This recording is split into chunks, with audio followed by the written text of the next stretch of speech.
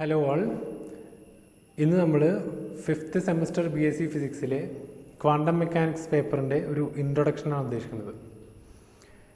അപ്പോൾ നിങ്ങൾ ഇതുവരെ 4 സെമസ്റ്റർ കഴിഞ്ഞു. അതിനകത്ത് നിങ്ങൾ പഠിച്ച papers methodology of science and physics, അതുപോലെ പ്രോപ്പർട്ടീസ് ഓഫ് മാറ്റർ, പിന്നെ മെക്കാനിക്സ് ക്ലാസിക്കൽ മെക്കാനിക്സ്, പിന്നെ ഇലക്ട്രോഡൈനാമിക്സ് 1. ഇത്രയും പേപ്പേഴ്സാണ് നിങ്ങൾ ഇതുവരെ പഠിച്ചത്. ക്വാണ്ടം മെക്കാനിക്സ് എന്ന് പറയുന്നത് ഫിസിക്സിൻ്റെ നിങ്ങൾക്ക് പരിചയമില്ലാത്ത, അത്രയധികം അടുത്ത് പരിചയമില്ലാത്തൊരു ബ്രാഞ്ചാണ്. അപ്പോൾ സ്വാഭാവികമായിട്ടും ഒരു പുതിയ സബ്ജക്റ്റിലേക്ക് നമുക്ക് കടക്കുമ്പോൾ അതെങ്ങനെയാണ് വന്നത്, അല്ലെങ്കിൽ എങ്ങനെയാണത് ഡെവലപ്പ് ചെയ്ത് വന്നത് എന്നുള്ളൊരു കൺസെപ്റ്റ് നമുക്ക് അറിയൽ അത്യാവശ്യമാണ്. അപ്പോൾ നമ്മൾ നോക്കുകയാണെന്ന് വെച്ചാൽ 19th സെഞ്ച്വറീൻ്റെ ലാസ്റ്റോടുകൂടി ഫിസിക്സിൻ്റെ ഒരു ഫുൾ ഫ്ലെഡ്ജഡ് സ്റ്റേജ് ആയിരുന്നു. മെയിൻലി 3 ബ്രാഞ്ചാണ് ഫിസിക്സിന് ഉണ്ടായിരുന്നത്. 1 classical mechanics, 2 electro magnetic theory, 3 thermodynamics. ഇതിനകത്ത് ക്ലാസിക്കൽ മെക്കാനിക്സ് നിങ്ങൾ ഓൾറെഡി പഠിച്ചു. അതിൽ നമ്മൾ പഠിക്കുന്നത് ഡൈനാമിക്സ് ഓഫ് മാറ്റർ ആണ്. എന്ന് പറഞ്ഞാൽ മോഷൻ, മെയിൻലി മോഷനാണ്. നിങ്ങൾ പഠിച്ചിട്ടുണ്ടാകും +2 motion in 1 dimension, motion in a plane, projectile motion, അങ്ങനത്തെ സംഭവങ്ങളൊക്കെ അതായിരുന്നു. അപ്പം ഡൈനാമിക്സ് ഓഫ് മാറ്റർ ആണ് 1. രണ്ടാമതായി അന്നുണ്ടായിരുന്ന മെയിൻ ബ്രാഞ്ച് എന്ന് പറയുന്നത് ഇലക്ട്രോ മാഗ്നറ്റിക് തിയറിയാണ്. അതിൽ ഡീൽ ചെയ്തിരുന്നത് നാച്ചർ ഓഫ് റേഡിയേഷനാണ്. ഇലക്ട്രോ മാഗ്നറ്റിക് റേഡിയേഷൻ അത് എങ്ങനെ പ്രോസസ്സ് ചെയ്യുന്നു, അതിൻ്റെ എനർജി എങ്ങനെയാണ്, അത്തരം കാര്യങ്ങളൊക്കെയാണ് ഇലക്ട്രോ മാഗ്നറ്റിക് തിയറിയിൽ ഉണ്ടായിരുന്നത്. മൂന്നാമത്തെ ഒരു ബ്രാഞ്ച് എന്ന് പറഞ്ഞാൽ തെർമോഡൈനാമിക്സ് ആണ്. ഇപ്പം നമ്മൾ തൊട്ട് മുമ്പേ പറഞ്ഞ 2 ബ്രാഞ്ച് ഉണ്ടല്ലോ, classical mechanics which deals with dynamics of matter and electromagnetic theory which deals with nature of radiation. ഈ മാറ്ററിനെയും റേഡിയേഷനെയും ലിങ്ക് ചെയ്തുകൊണ്ടുള്ള ഒരു മൂന്നാമത്തെ ബ്രാഞ്ച് ഉണ്ടായിരുന്നു. അതാണ് thermodynamics. It deals with interaction between matter and radiation. ഇത് 3 ആയിരുന്നു അന്നുണ്ടായിരുന്നത്. പക്ഷേ പിന്നെയാണ് ഞാൻ പറഞ്ഞ പ്രശ്നം ഉദിക്കുന്നത്. അതായത് ഒന്നാമത്തെ പ്രശ്നം, ഈ പറഞ്ഞ ഒരു മെക്കാനിക്സും എന്ന് പറഞ്ഞാൽ ഈ പറഞ്ഞ ക്ലാസിക്കൽ മെക്കാനിക്സോ ഇലക്ട്രോ മാഗ്നറ്റിക് തിയറിയോ അതുപോലെ തെർമോഡൈനാമിക്സോ റിലേറ്റിവിസ്റ്റിക് പാർട്ടിക്കിൾസിൻ്റെ മോഷനെയോ അല്ലെങ്കിൽ അതുമായി ബന്ധപ്പെട്ട കാര്യങ്ങളെയോ സോൾവ് ചെയ്യാൻ പ്രാപ്തമായിരുന്നില്ല. അപ്പം ഇറ്റ് ഫെയിൽഡ് റിലേറ്റിവിസ്റ്റിക്കലി. എന്താണ് റിലേറ്റിവിസ്റ്റിക് മോഷൻ എന്ന് പറഞ്ഞാൽ? When the kinetic energy of a particle exceeds അല്ലെങ്കിൽ it is much greater than the rest mass energy. Relativistic motion, relativistic particle എന്ന് പറഞ്ഞാൽ the kinetic energy of that particle is much greater than its rest mass energy. Rest mass energy നിങ്ങൾക്ക് അറിയാം, E0 = mc², അല്ലേ? ആ എനർജിയെക്കാളും ഒരുപാട് കൂടുതലാണ് kinetic energy എന്നുണ്ടെങ്കിൽ അത് റിലേറ്റീവ് മോഷനിലാണ്. അത്തരം ഒരു റിലേറ്റീവ് മോഷനിലുള്ള പാർട്ടിക്കിളിൻ്റെ മെക്കാനിക്സ് ഡിഫൈൻ ചെയ്യാൻ ഈ പറഞ്ഞ ന്യൂട്ടോണിയൻ മെക്കാനിക്സിനോ അല്ലെങ്കിൽ ബാക്കി ബ്രാഞ്ചസിനോ കഴിഞ്ഞില്ല. ഒരു പ്രോബ്ലം. 2, അന്ന് ബ്ലാക്ക് ബോഡി റേഡിയേഷൻ എന്ന് പറഞ്ഞൊരു പ്രോസസ്സ് ഉണ്ട്. ബ്ലാക്ക് ബോഡി റേഡിയേഷനിലേക്ക് നമ്മൾ വരും ക്ലാസ്സുകളിൽ വരും. അപ്പം ബ്ലാക്ക് ബോഡി റേഡിയേഷൻ എന്താണ്, എങ്ങനെയാണ് നടക്കുന്നത് ഡിഫൈൻ ചെയ്യാൻ കഴിഞ്ഞില്ല. 3, മൈക്രോസ്കോപ്പിക് ലെവലിലുള്ള മോഷനോ അതുമായി ബന്ധപ്പെട്ട കാര്യങ്ങളോ ഡിഫൈൻ ചെയ്യാൻ ഈ പറഞ്ഞ കാര്യങ്ങൾക്ക് സാധിച്ചില്ല. അതുപോലെ ആറ്റോമിക് സ്റ്റെബിലിറ്റി, അതുപോലെ ഉള്ള കുറേ പ്രോസസ്സ്, കോംപ്റ്റൺ എഫക്റ്റ്, അങ്ങനെ അതുപോലെ ആറ്റോമിക് സ്പെക്ട്രോസ്കോപ്പി, ആറ്റോമിക് സ്പെക്ട്രയും ആറ്റോമിക് സ്പെക്ട്രോസ്കോപ്പിയും ബ്ലാക്ക് ബോഡി റേഡിയേഷനും ഫോട്ടോ ഇലക്ട്രിക് എഫക്റ്റും അങ്ങനെ തുടങ്ങുന്ന ഒരുപാട് കാര്യങ്ങൾ എക്സ്പ്ലെയിൻ ചെയ്യാൻ നിലവിലുണ്ടായിരുന്ന ഫിസിക്സിന് കഴിഞ്ഞില്ല. അങ്ങനെ ഇരിക്കുമ്പോഴാണ് മാക്സ് പ്ലാങ്ക് ഒരു പ്രൊപ്പോസലായിട്ട് വന്നത്. അദ്ദേഹം പ്രൊപ്പോസ് ചെയ്തതാണ് energy exchange between radiation and its surroundings is done discretely, അല്ലെങ്കിൽ it is done through quantisation. എന്ന് പറഞ്ഞാൽ റേഡിയേഷൻ അതിൻ്റെ സറൗണ്ടിങ്സുമായി എനർജി എക്സ്ചേഞ്ച് ചെയ്യുന്നത് കണ്ടിന്യൂസ് ആയിട്ടല്ല, പകരം ഡിസ്ക്രീറ്റ് ആയിട്ടാണ്, അല്ലെങ്കിൽ ക്വാണ്ടൈസ്ഡ് ആണ്. എനർജി ക്വാണ്ടൈസ്ഡ് ആണെന്ന് പറയും. അതുകൊണ്ടാണ് ഈ ഒരു ബ്രാഞ്ച് നമ്മൾ ക്വാണ്ടം മെക്കാനിക്സ് എന്ന് പറയുന്നത്. ഒന്നും കണ്ടിന്യൂസ് അല്ല, ഒക്കെ ഡിസ്ക്രീറ്റ് ആണ്. എന്ന് പറഞ്ഞാൽ അവിടെ എനർജിക്കൊരു ലിമിറ്റ് വെക്കണം. ഒരു റേഡിയേഷനും മാറ്ററും തമ്മിലുള്ള ഇൻട്രാക്ഷൻ ഉണ്ടെങ്കിൽ അവർ തമ്മിലുള്ള energy exchange packets of energy ആയിട്ടാണ് നടക്കുക. അത് നിങ്ങൾ പഠിച്ചിട്ടുണ്ടാവും, hν, E = hν എന്ന് പറഞ്ഞത്. അവിടെ hν ആയിട്ടുള്ള ഇൻ്റഗ്രൽ മൾട്ടിപ്പിൾസ് ഓഫ് hν ആയിട്ടാണ് എന്ത് ചെയ്യുക, എനർജി എക്സ്ചേഞ്ച് നടക്കുക. ഇതിന് നമ്മൾ പ്ലാങ്ക്സ് ലോ എന്ന് പറയും. E = nhν.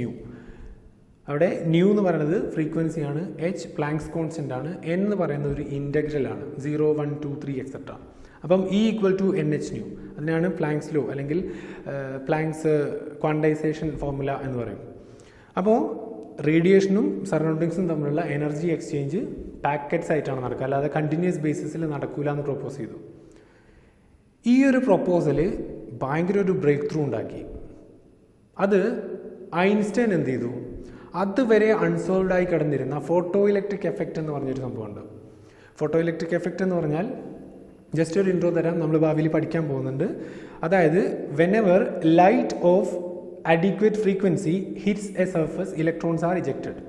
ലൈറ്റ് വന്നിട്ട് ഒരു സർഫസിൽ തട്ട് കാണിച്ചാൽ എന്ത് ചെയ്യും, അവിടുന്ന് ഇലക്ട്രോൺ, ആ സർഫസിൽ നിന്ന് ഇലക്ട്രോൺസ് പുറത്തേക്ക് പോകുന്നുണ്ട്. ഇതിനാണ് ഫോട്ടോ ഇലക്ട്രിക് എഫക്റ്റ് എന്ന് പറയുക. അത് ഹെർട്സ് ആണ് കണ്ടെത്തിയത്. ഹെൻറിച്ച് ഹെർട്സ് എന്ന് പറഞ്ഞ ആളാണ് ഫോട്ടോ ഇലക്ട്രിക് എഫക്റ്റ് കണ്ടെത്തിയത്.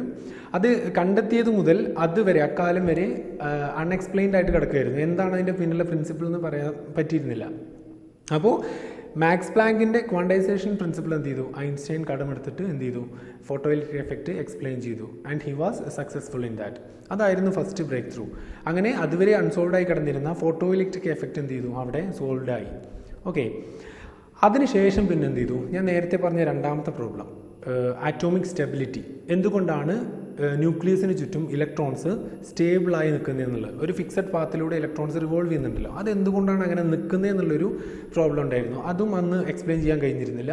അപ്പോൾ ബോർ എന്ത് ചെയ്തു, നിങ്ങൾ കേട്ടിട്ടുണ്ടാവും Bohr, as in Bohr model. Bohr എന്ത് ചെയ്തു, പ്ലാങ്ക്സിൻ്റെ ക്വാണ്ടൈസേഷൻ പ്രിൻസിപ്പിൾ തന്നെ കണ്ടെടുത്തു. എന്നിട്ട് എന്ത് ചെയ്തു, അത് ആറ്റോമിക് മോഡലിൽ അപ്ലൈ ചെയ്തു. എന്നിട്ട് അദ്ദേഹം ബോർ മോഡൽ ഡെവലപ്പ് ചെയ്തു.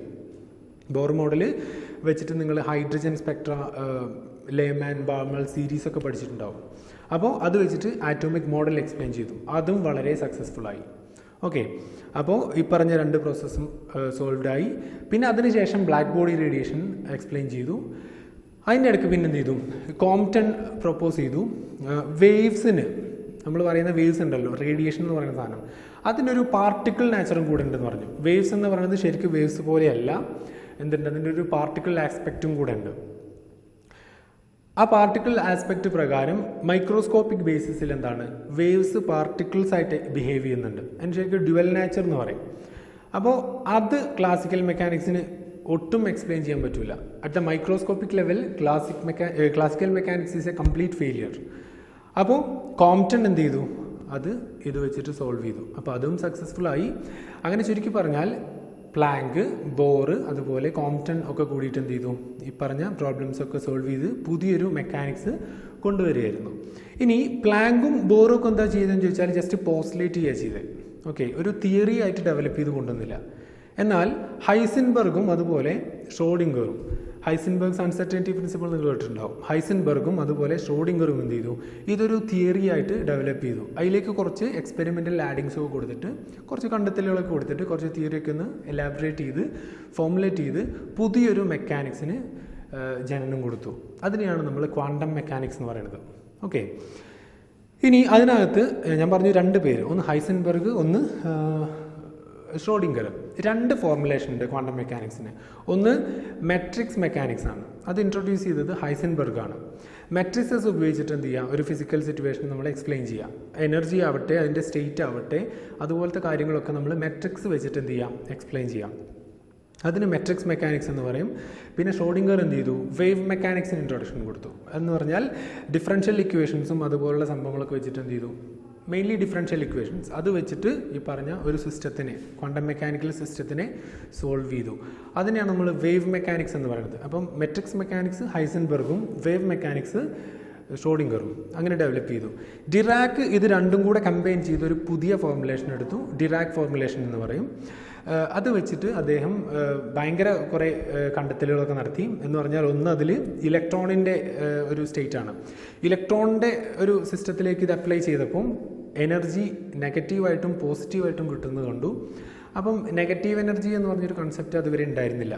അതുകൂടെ അദ്ദേഹം എന്ത് ചെയ്തു, ചുരുക്കി പറഞ്ഞാൽ അതിലൂടെ അദ്ദേഹം എന്ത് ചെയ്തു, പോസിട്രോൺ എന്ന് പറഞ്ഞൊരു സാധനത്തിന് പ്രൊപ്പോസ് ചെയ്തു. ഡിറാക്ക് ഈ ഫോർമുലേഷനിലൂടെ മാത്രം, ഒരു തിയററ്റിക്കൽ കാൽക്കുലേഷനിലൂടെ മാത്രം പോസിട്രോൺ എന്ന് പറഞ്ഞൊരു പാർട്ടിക്കിളിനെ പ്രൊപ്പോസ് ചെയ്തു. പിന്നീട് അത് പോസിട്രോൺ കണ്ടെത്തുകയും ചെയ്തു. ഓക്കെ, അങ്ങനെയാണ് നമ്മുടെ ക്വാണ്ടം മെക്കാനിക്സ് ഇങ്ങനെ വളർന്നു വരുന്നത്. ഓക്കെ, അതിനുശേഷം പിന്നെ ക്വാണ്ടം മെക്കാനിക്സ് ഒരു ഭയങ്കര ഗ്രേറ്റ്ഫുൾ ടൂളാണെന്ന് മനസ്സിലാക്കി കുറേ തിയറീസൊക്കെ ഡെവലപ്പ് ചെയ്ത് വന്നു.